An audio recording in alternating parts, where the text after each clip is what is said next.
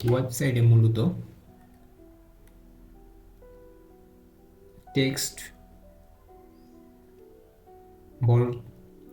বড় থেকে ছোট করার জন্য H1 থেকে H6 পর্যন্ত ছয়টা ট্যাগ ব্যবহার করা হয়। প্রথম H1, সেকেন্ড H2, সিরিয়াল অনুযায়ী H3, H4, H5 and H6.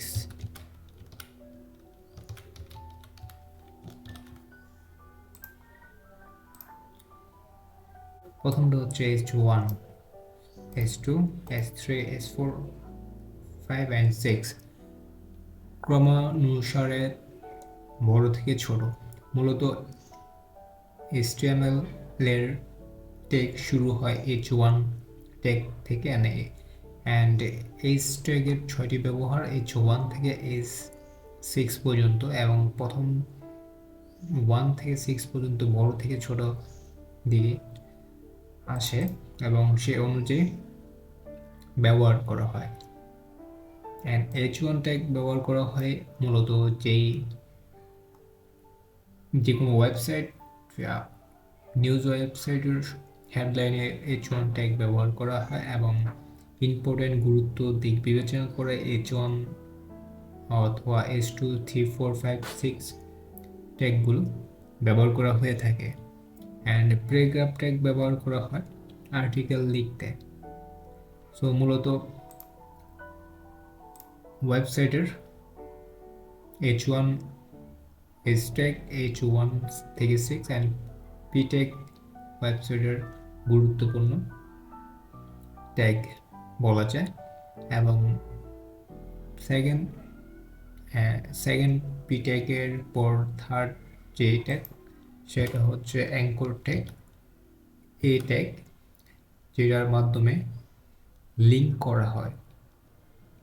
ওয়েবসাইটের এক পেজ থেকে অন্য পেজে যাওয়ার জন্য যে লিঙ্ক তৈরি করা হয় তার জন্য অ্যাঙ্কর ট্যাগ ব্যবহার করা হয়। লাইক লিঙ্ক,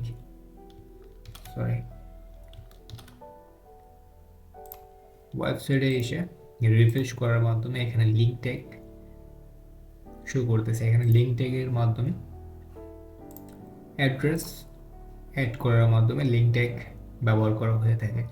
মূলত ওয়েবসাইটের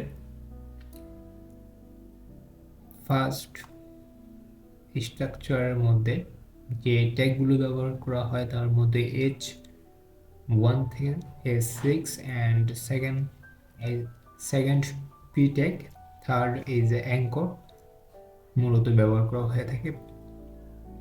সো এই ভিডিওতে এই পর্যন্তই। পরবর্তী ভিডিওতে কথা হবে পরবর্তী টপিক নিয়ে। ভিডিওটি দেখার জন্য ধন্যবাদ।